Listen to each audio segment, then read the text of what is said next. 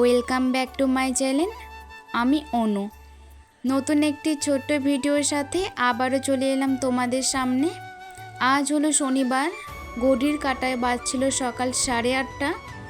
আজকে এখন থেকে তোমাদেরকে সঙ্গে নিয়ে ভিডিওটা শুরু করলাম। আশা করি তোমরা যে যেখানে আছো সুস্থ আছো, ভালো আছো। আমরাও বেশ ভালোই আছি এখন, যেহেতু ছেলে ভালো আছে। ছেলে ভালো থাকলে বাবা মা তো ভালো থাকবেই। তো চলো সকাল থেকেই শুরু করে দেওয়া যাক সকালের বিজি রুটিন। শুধু সকালের বিজি রুটিন না, সারাটা দিনই বিজির মধ্যে দিয়েও কাটে। তো সারাটা দিন বিজির মধ্যে দিয়েও কাটার পরও কিন্তু আমি নিজের জন্য সময় বের করি। তো প্রথম থেকে শেষ অবধি ভিডিওটা দেখতে থাকো, তাহলে নিশ্চয়ই বুঝতে পারবে যে সারাদিন সংসার, স্বামী, সন্তান এ সমস্ত কিছুর ফাঁকেও আমি নিজের জন্য কিভাবে সময় বের করি। কারণ আমার যা মনে হয়, সংসারের প্রত্যেকটা সদস্যকে ভালোবাসার আগে, সংসারের প্রত্যেকটা কাজ মন দিয়ে করার আগে নিজেকে ভালোবাসাটা বেশি প্রয়োজন। কারণ তুমি যদি নিজেকেই না ভালোবাসতে পারো, তাহলে প্রত্যেকটা মানুষকে, সংসারের প্রত্যেকটা কাজ কিভাবে ভালোবেসে সহকারে করবে। তো চলো সেই সব কিছুই তোমাদের সঙ্গে একটু একটু করে আমি শেয়ার করব। তো রান্নাঘর থেকে বেশ কিছুটা আজ রান্না করে বেরিয়ে এসেছি। বেরিয়ে এসে ঘরে এসে বাসি বিছানার চাদরটা পাল্টালাম, পাল্টিয়ে ছেলেকে খাইয়ে ওকে একটু রেডি করে দিলাম। এখন ছেলেকে জড়িয়ে ধরে বলছি, মাম্মাম সারাদিন মোটেও দুষ্টুমি করবা না, মাম্মাম যেটা বলবে সেটা মন দিয়ে শুনবা। কারণ ছেলে অসুস্থ থেকে ওঠার পর থেকে না একটু খিটবিটা টাইপের হয়ে গেছে। মানে যে কোনো কিছু বললে পারে না, ফট করে রেগে যাচ্ছে, কোনো কিছু শুনতে চাচ্ছে না, মানে একটু কেমন যেন হয়ে গেছে। জানি অসুস্থতার কারণে ওর এমনটা হয়েছে, ওই জন্যই ওকে বলছি যে সারাদিন মাম্মাম ভালো হয়ে থাকবা। কারণ বকা দেবো তো দেবো কীভাবে, ওর শরীরটা এতটা পরিমাণের খারাপ হয়ে গেছে না, বকা দেওয়ার পর নিজেকে বেশি খারাপ লাগে। ওই জন্য বকা দিতে চায় না, কিন্তু কখনো কখনো এমন কাণ্ড করে ফেলে যে বকা দিতেই হয়। যদিও বা ছোটোবেলা থেকে এখনও পর্যন্ত ও প্রচণ্ডই শান্তশিষ্ট।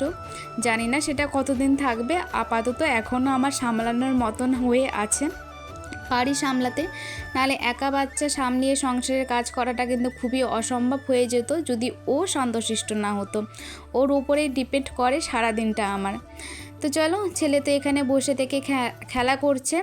ছেলে অসুস্থ হয়েছে মানে খেলনা লাগবে। পাপা ছেলের জন্য খেলনা এনে দিয়েছে, যেহেতু পাপা কালকে বাড়িতে ছিল। অসুস্থতা হলে ওষুধ আনা হয়, ওষুধ আনার সঙ্গে সঙ্গে ভালো মন্দ খাওয়া দাওয়া, তার সাথে খেলনা। ভাবো আজকালকার যুগের বাচ্চাদের বাহানা। তো যাই হোক, যদিও বা বাহানাটা ছেলে করছিল না, আমি ওর বাবাকে বললাম যে কিছু একটা খেলনা নিয়ে এসে দাও। নতুন খেলনা পেলে পরে বেশ কয়েকদিন খেলে, যেহেতু খিটবিটা টাইপের হয়ে গেছে, একটুতে রেগে যাচ্ছে, খেলনাটা পেলে মন দিয়ে খেলা করবে। তো ওই জন্য বলাতেই নিয়ে এসে চলে এলো, কালকে যেহেতু বাড়িতেই ছিল। তো যাই হোক, মেঘলা ওয়েদারের সাথে রান্না করতে শুরু করে দিলাম। রাত্রে বেশ ভালোই বৃষ্টি হয়েছে, আজও সারাদিন মেঘলা ওয়েদারই হয়ে আছে। রান্নাঘরের তো বেশি রান্নাটাই হয়ে গেছে, বাকি যে রান্নাটা আছে সেটা এখন কমপ্লিট করব। সোয়াবিন করব কাবলি ছোলা দিয়ে। সোয়াবিনটা আগে ভালো করে ভেজে নিয়ে কড়াইতে তেজপাতা, গোটা গরম মশলা, গোটা জিরে দিয়ে আলুগুলো দিলাম। আলুগুলো হালকা ভাজা হয়ে গেলে আগে থেকে কাবলি ছোলাটা সেদ্ধ করে রেখেছিলাম সেইগুলো দিলাম। আলু কাবলি ছোলা ভালো করে ভেজে নিয়ে ভেজে রাখা সোয়াবিনটাও অ্যাড করে দিলাম। সমস্ত কিছু ভালো করে ভেজে নিয়ে আগে থেকে যে মশলাটা করেছিলাম সেই মশলাটা দিলাম। পরিমাণ মতন লবণ হলুদ দিয়ে বেশ সুন্দরভাবে কষিয়ে নেব। আজও তো নিরামিষ, শুক্রবার শনিবার পরপর দুদিন নিরামিষ হয়। এই নিরামিষের দিন করে না মাথা কাজ করে না কি রান্না করব। ওই জন্যেই কিন্তু আমাদের বাড়িতে পনিরটা বেশি হয়। কারণটা জানো? কারণ তোমাদের দিদিভাই, তোমাদের বোন যে সবজি খায় না, এই হলো ব্যাপার। এই জন্যেই কিন্তু পনিরটা বেশি হয়।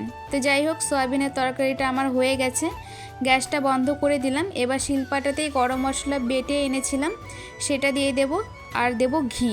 নিরামিষ তরকারি মানেই তো ঘি। ঘি না দিলে জানি না কেন আমার নিরামিষ তরকারি একদম ভালো লাগে না, ঘি দিলে পরে বেশ ভালো লাগে। তো যাই হোক, ঘি দিয়ে বেশ কিছুক্ষণ চাপা দিয়ে রেখে দেবো, তাতে করে না গরম মশলা এবং ঘিয়ের গন্ধ বেশ সুন্দরভাবে তরকারির সঙ্গে মিশে যায়, বেশ ভালো লাগে খেতে। তো চলো, এই দিকে তো কাবলি ছোলা দিয়ে সোয়াবিনের তরকারি একদম কমপ্লিট। আমার জন্য এটা করেছি, আর বরের জন্য করেছি ডাল। অড়হর কড়াইয়ের ডাল, পটল পোস্ত, আর এখানে আছে পাঁপড় ভাজা। ছেলের খাবারটা হচ্ছে, ওর জন্য সমস্ত সবজি সোয়াবিন দিয়ে একটা তরকারি করছি। আর এখানে আছে আমের আচার। কালকে যে আমের আচারটা করেছিলাম খেতে দারুণ লেগেছিল, ওই জন্য আজও করে ফেললাম। যেহেতু নিরামিষের দিন আছে, নিরামিষ মানে তো বুঝতেই পারছো, আচার তো পাতে থাকবেই।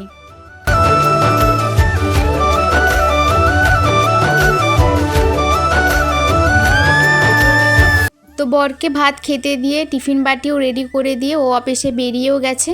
আর এখানে একটু ছাতুটা চেলে রেখে দিলাম, ছাতুটা বাড়ন্ত হয়ে গেছিলো। আর ছাতু আটা যেটাই বলো না কেন আমি চেলে রেখে দিই, না চেলে রাখি না। অনেক সময় নোংরা বের হয় না, কিন্তু কখনো কখনো বের হয়। খাবো জিনিসটা একটু ভালো করে চেলে বেছে না রাখলে হয়। তো তারপরে দেখো নিজেও এক মুঠ ভাত খেয়ে চলে এলাম মাথায় তেল দেওয়ার জন্য। আর চুলের আগালগুলো না আমার একদম লাল হয়ে গেছে, একটা চুল দিয়ে দুটো চুল বেরিয়ে গেছে গো। অনেক দিন হলো হেনা করা হয় না, সময়ই হয়ে উঠছে না, তার মধ্যে গরম। এই গরমের মধ্যে হেনা করলে না জানি আমার মনে হয় পাগল হয়ে যাব। ওই জন্য হেনা আর করছি না এখন। থাক বাবা, আপাতত যেমন আছি তেমনই থাক। আর গরমের সময় এত পরিমাণে চুল উঠছে না, যেহেতু ঘাম হচ্ছে চুল কিন্তু প্রচণ্ডই উঠছে। তো চলো, কালকে যেহেতু শ্যাম্পু দিয়েছিলাম মাথায়, এখন বেশ ভালো করে তেলটা দেব। তেলটা দিয়ে যাব আবার রজনীদের বাড়িতে। আগে যখন ও বাড়িতে ছিলাম তখন আমার একটা মেশোই হয়, নিজের মেশো। তো মেশোকে আমি বাবা বলে ডাকতাম, ছোটোবেলা থেকেই বাবা বলেই ডাকতাম। তো বাবা না আমাকে মাথায় তেল দিয়ে দিত। আমার দিদা অত ভালো তেল দিয়ে দিতে পারতো মানে আমার পছন্দ হতো না। আমি বাবার কাছ থেকেই মাথায় তেল দিয়ে নিতাম, হেনা দিয়ে নিতাম। বাবা বেশ সুন্দরভাবে মাথায় তেল দিয়ে দিত। জানি না আজ মাথায় তেল দেওয়ার সময় না বাবার কথা বড্ড মনে পড়ছিল। আমি নিজের লোকের ভালোবাসা পাইনি, মানে যেইগুলোর প্রয়োজন, কিন্তু এই নিজের লোক ছাড়াই মাসি, মেসো, মামা, দিদা, দাদু, এই মানুষগুলোর ভালোবাসা না আমি অফুরন্ত পেয়েছি। আজকে হয়তো বাবা মা ছিল না জন্য এই মানুষগুলো ঠিক আমাকে এতটা পরিমাণের ভালোবাসতে পারে, সেটা হয়তো বাবা মা না থাকলে পরে আমি পেতাম না। এই ভালোবাসাটা পেতাম কিন্তু এতটা পরিমাণের বুঝতাম না। নিজের বাবা না হওয়া সত্ত্বেও মেসো আমাকে নিজের মেয়ের মতন ভালোবাসতেন এবং এখনও পর্যন্ত ভালোবাসে।